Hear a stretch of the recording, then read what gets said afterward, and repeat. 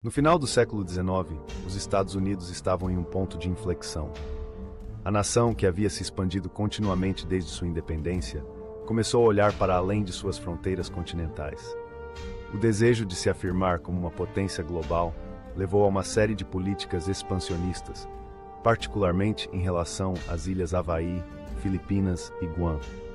Essas ilhas não eram apenas pontos estratégicos no vasto Oceano Pacífico, mas também representavam uma oportunidade de garantir e expandir os interesses comerciais dos Azores na região, especialmente em um contexto onde o Japão e as potências europeias estavam cada vez mais ativos. A anexação do Havaí em 1898 foi um marco crucial. A localização das ilhas no caminho para a Ásia era vital para os interesses comerciais americanos. Os Estados Unidos viam o Havaí como uma base para o comércio com a China e outros mercados asiáticos emergentes. A crescente influência americana nas Ilhas Havaí não apenas proporcionou um ponto de apoio militar e comercial, mas também simbolizou a determinação dos EVLA em moldar o futuro do Pacífico. As Filipinas e Guam foram adquiridas após a Guerra Hispano-Americana, um conflito que, embora breve, teve consequências de longo alcance. Com a vitória sobre a Espanha, os Estados Unidos não apenas ganharam controle sobre essas ilhas, mas também se tornaram um ator central na política asiática. A aquisição das Filipinas, em particular, foi controversa. Muitos americanos se opuseram à colonização, argumentando que os princípios de autodeterminação e liberdade, tão celebrados na Revolução Americana, estavam sendo negados a um povo que não havia solicitado a intervenção dos EISA.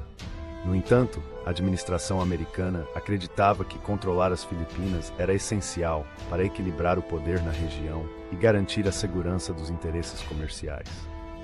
Com o início do século XX, a política externa americana se concentrou em manter a política da porta aberta na China, que buscava garantir que todas as nações tivessem igualdade de oportunidades comerciais no vasto mercado chinês.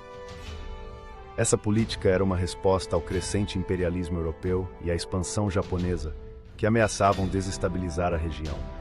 A crescente influência do Japão, que havia se modernizado rapidamente e se tornado uma potência militar, era uma preocupação constante para os estrategistas americanos.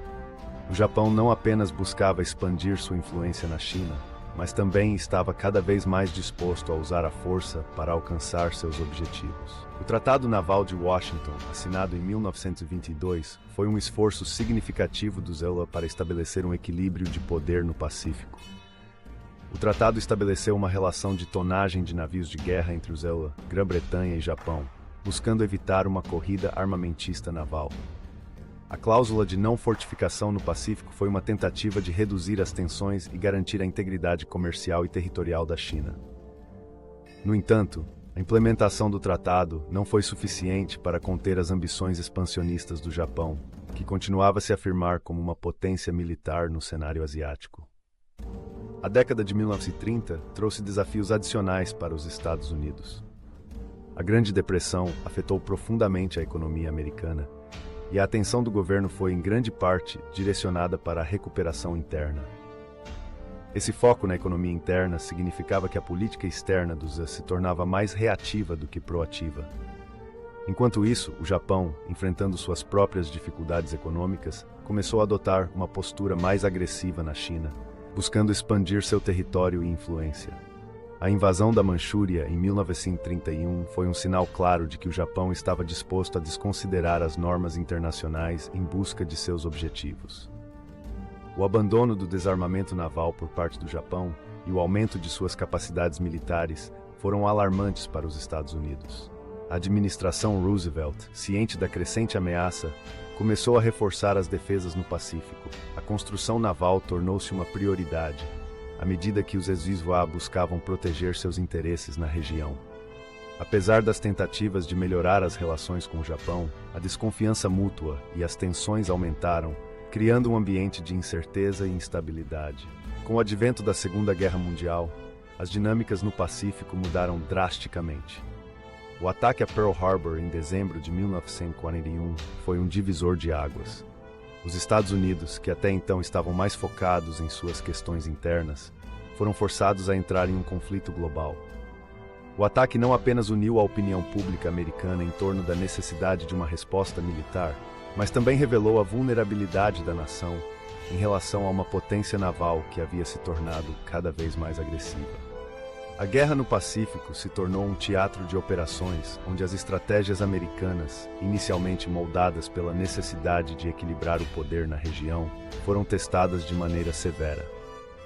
A luta contra o Império Japonês não era apenas uma questão de sobrevivência, mas também de reafirmação dos princípios que os Estados Unidos defendiam.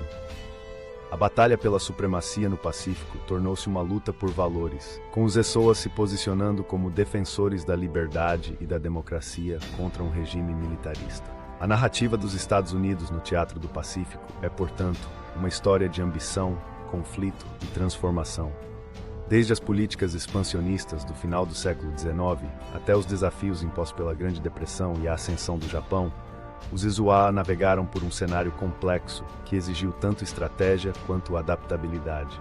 O resultado dessas interações moldou não apenas o futuro da região, mas também o papel dos Estados Unidos no mundo, estabelecendo as bases para a política externa americana nas décadas seguintes.